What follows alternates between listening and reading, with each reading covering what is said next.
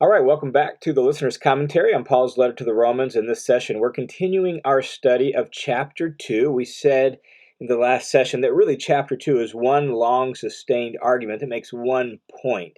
We broke it into two recordings just for the sake of space and time so the recording didn't get too long and too out of hand. And so in this session, we're continuing really the train of thought that was begun in chapter 2, verses 1 through 16. We'll be looking specifically at 17 through the end of the chapter. And in this section, Paul really is going to take up the mantle of the prophets now and begin to specifically drive home the point by accusing the Jews of being unfaithful to God, especially those Jews who are teachers. Think of Jesus to the Pharisees. Well, this is sort of Paul's version of that, where those who claim to be teachers, who claim to know the way, who claim to show other people the truth, he's really calling them out for their own versions of disobedience. Now, to set that clearly in context with the first half of chapter 2, remember that in the first half of chapter 2, what Paul has said is, there you are standing there wagging your finger at other people for their shortcomings and their sins. The end of chapter 1, all that list of how just out and out pagans who don't know God, how they live and all the wrong things they're doing. And Paul has said, look, if you are applauding that and you condemn them, then guess what? You're right. God holds people accountable for those things. And it doesn't matter whether you're a good moral person, doesn't matter whether you're a Jew. If you recognize that God holds people accountable for those things and thus you applaud God for doing that, just know he's going to hold you accountable when you do the same sort of things, because God doesn't show partiality. And so that's the first half of chapter 2. And now here at this point, Paul picks up the theme and is going to really drive home this point specifically to Jews. He begins in verses 17 through 20 with really the Jewish self-description, the way particularly those faithful, law-abiding, Pharisaic teacher Jews would have described themselves, the way really the covenant of the Old Testament described the Jews. So this is sort of the Jewish self-description in verses 17 to 20. And then from there, he launches into a series of rhetorical questions that force the Jews, at least in some way, or at least drive home the point in some way, to help them see that just being a Jew, just having the Torah in and of itself doesn't make you faithful to God and faithful to the covenant. Let's begin in verses 17 through 20 with the Jewish self-description. This is what Paul says. But if you bear the name Jew and you rely upon the law and you boast in God, this is who the Jews are, right? And you know his will and you approve the things that are essential, being instructed out of the law, and are confident that you yourself are a guide to the blind, a light to those who are in darkness, a corrector of the foolish, a teacher of the immature, having in the law the embodiment of knowledge and truth. So that's the Jewish self-description. Notice, you are the name Jew. That was the way the rest of the world thought of the Jews. That's the way the Jews describe themselves. You rely upon the law, the centrality of the Torah, God's instruction, God's wisdom for life. You boast in God, right? You know God's will. You approve the things that are right, good, essential. You're instructed out of the law. You're confident that you're a guide to the blind. That's why we say primarily teachers. You're a guide to the blind. You're a light to those who are in darkness. You're a corrector of the foolish. You're a teacher of the immature. This is the Jewish self-description. So he begins with that. And then in verses 21 and following, he launches into this series of rhetorical questions to really drive home this point. Listen to what he says. He says in verse 21, you therefore who teach another, do you not teach yourself? You who preach that one shall not steal, do you steal? You who say that one should not commit adultery, do you commit adultery? Notice what he's doing here. He's picking out just some of the key 10 commandments, stealing, adultery, and he's saying, have you been unfaithful in any of these ways? Have you violated the covenant? Like, think about stealing. There's more than, big ways to steal. right? There's other ways to do that. So have you broken that? Have you been a thief in some regard? Or you who say that you shouldn't commit adultery? Well, do you commit adultery? Again, think of Jesus to the Pharisees and Jesus to some of the Jews of his days and the way he held them accountable. For example, when they brought the woman caught in adultery and Jesus writes in the dirt, and then he stands up and says, "You who are without sin, cast the first stone." He's really calling them out. Maybe some of those had committed adultery themselves, right? Or perhaps think of Jesus' words in Matthew chapter 5 that you could be unfaithful to your marriage vows and thus be an adulterer in more than just the simple act of having sex with somebody who's not your spouse. You could do it by lust. You could do it by being unfaithful to your vows through divorce. That's the whole point of that section of the Sermon on the Mount, right? And so there's more than one way to be unfaithful to your marriage vows. And so Paul, very much like Jesus and very much like the prophets of the Old Testament, now calling Israel and holding them accountable for their own unfaithfulness to God's covenant. He goes on in verse 22 and says, "You who abhor idols, do you rob temples?" Very little bit confusing to know exactly what he's getting at by "do you rob temples." We do know in the ancient world that temple robbery was viewed as a particular heinous crime. And perhaps Paul is alluding to maybe a specific incident, maybe just a general practice of coveting gold and silver or even taking it from temples. We don't really know exactly what Paul is getting at. His point is that you have your own form of wanting what idols can offer in some regard. Verse 23, he says, "You who boast in the law, through your breaking of the law, do you dishonor God?" And that is the chief point, the main point of these rhetorical questions, that you brag about the law, you boast in how great the law is, and yet you yourselves aren't always faithful to the law, and as a result, you dishonor God. You bring shame upon the name of God. And so in verse 24, he says, "For the name of God is blasphemed among the Gentiles because of you, just as it is written." Perhaps an allusion to a passage like Isaiah 52:5, or maybe Ezekiel 36, verses 2, 3, and 4, that section in there.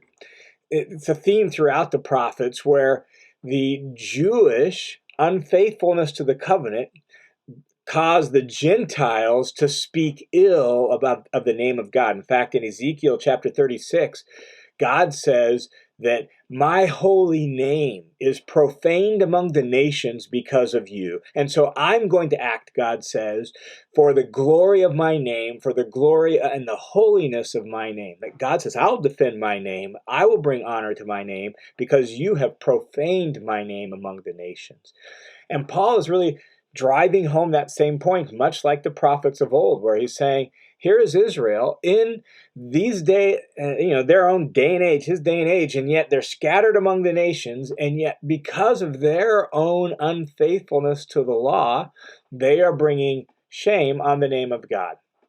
In context, Paul's point is, so just having the name Jew and just knowing the Torah and having that as a gift in and of itself gives you no advantage before God.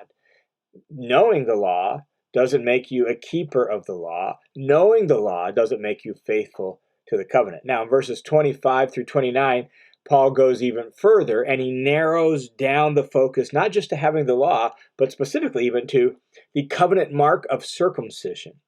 Again, we have to keep in mind how central circumcision was to the Jewish mindset as a nation, as a people, that over the course of their history, they have suffered and died. They've had babies killed for the sake of circumcision. It has now become really melded in their consciousness as like, this is the mark of God's faithful people. And we believe it so strongly that we will even risk our lives for the sake of circumcision. You can read some of that in the time period between Malachi and Matthew, the intertestamental time period. There's stories of just suffering because of this mark of circumcision. And so it is a crucial covenant mark given to the Jews by God in the Old Testament. And yet, what Paul is going to say is circumcision in and of itself doesn't make you a faithful Jew. Just because you're circumcised doesn't mean you're faithful to the covenant. Listen to what he says in verse 25. He says, "For indeed, circumcision is of value if you practice the law." So if you wear the covenant mark of circumcision, that's great if you actually keep the covenant, if you practice the law. But if you are a transgressor of the law, if you break the law, your circumcision has effectively become uncircumcision. It's like, what difference does it make? Just because you're a circumcised person, yet you're unfaithful to Yahweh, you're still unfaithful, even though you're circumcised, right? That's his point. Verse 26. So, if the uncircumcised man, i.e., a Gentile, an uncircumcised man, keeps the requirements of the law, will not his uncircumcision be regarded as circumcision? Paul has already dealt with this earlier in chapter 2, where he's talked about that there are uncircumcised people who keep the law, right? Like verse 14, "For when Gentiles who do not have the law do instinctively the things of the law, these not having a law are a law to themselves, and that they show the work of the law written on their hearts." That if you're a Gentile, if you're uncircumcised, but you actually keep the requirements of the law, you don't steal, you're faithful to your spouse, right? You love your neighbor. Well, then won't your uncircumcision be regarded as circumcision? This little mark of the flesh, circumcision, Paul is saying, is not the end-all, be-all. There's more to being a covenant faithful Jew than just being circumcised. Verse 27, he says, "And he was physically uncircumcised." That word physically is important there because Paul's going to go on and talk about the circumcision of the heart here, and shows up elsewhere in Paul's letter, such as Colossians chapter 2. So he wants to make this really clear that there's a physical circumcision and a physical uncircumcision, but there's a deeper, more profound circumcision that all people, Jew and Gentile alike, need. So, "And he who is physically uncircumcised, if he keeps the law, will he not judge you who, though having the letter of the law and having circumcision, are a transgressor of the law?" And so if you have the law, and if you are circumcised, but you don't keep the law, you're a violator of the law, doesn't the physically uncircumcised person, doesn't he have, therefore, the place to judge you because he keeps the law better than you? He's more faithful to the law than you. For, Paul says, and here's the point he's making, for, verse 28, "he is not a Jew who is one outwardly, nor is circumcision that which is outward in the flesh, but he is a Jew who is one inwardly, and circumcision," the circumcision that really matters, "is that which is of the heart, by the Spirit, not by the letter, and his praise is not from men, but from God." Now, Paul here really echoes a very important Old Testament prophetic theme that because of Israel's unfaithfulness, because of their hardness of heart, they would be unfaithful to the covenant and they would suffer exile. That shows up in Deuteronomy. Like when the covenant is being kind of communicated for that new generation that's about to enter the promised land in the book of Deuteronomy, Moses warns them of the blessings of keeping the covenant, the curses of breaking the covenant. The ultimate curse would be being expelled from the land they're about to go in and take because they were unfaithful to the covenant now. And so he warns them that if they're unfaithful, that's what's going to happen. God's going to expel them from the land. And Moses says, and that really is what's going to happen. He knows in advance that's what's going to happen. And in that context, in Deuteronomy, Moses actually talks about this idea of circumcision of your heart. He actually says, so when you're expelled from the land, God will eventually gather you back, bring you back into your land, gather you from all the nations, bring you back. And not only that, verse 6 of Deuteronomy chapter 30, "Moreover, the Lord your God will circumcise your heart and the heart of your descendants to love the Lord your God with all your heart, with all your soul, that you may live." And so this theme actually, right from the beginning of the nation of Israel, this theme of circumcision of the heart becomes well known. that there's going to need to be a deeper circumcision than just physical circumcision. Why? Because Israel's heart is hard. It's unfaithful. And Paul has taught here and elsewhere that in now the coming of Messiah and the gift of the Spirit, God has done this. He has brought about that circumcision of the heart, which then will actually lead to genuine, faithful obedience and loyalty to God. And so he says here that the true Jew is the Jew who has been circumcised of the heart. The true Jew is the one who has been filled with the Spirit, and not merely with the Torah, not merely with the letter. And his praise is not just from men, right? He's not just getting the applause of men because he's kept the mark of the covenant by being circumcised, unless everyone knows he's a Jew. His praise is from God. And ultimately, what Paul is getting at is that God is impartial.